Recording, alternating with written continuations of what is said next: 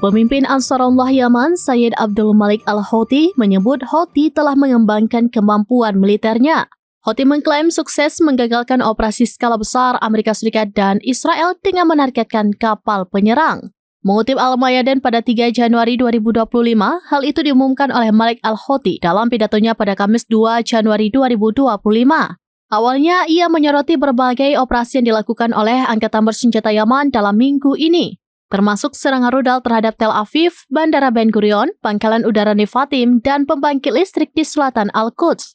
Bahkan Houthi diklaim telah melakukan operasi signifikan dan dahsyat yang menargetkan kapal induk Amerika Serikat untuk kedua kalinya dengan 11 rudal jelajah dan sebuah pesawat tanpa awak.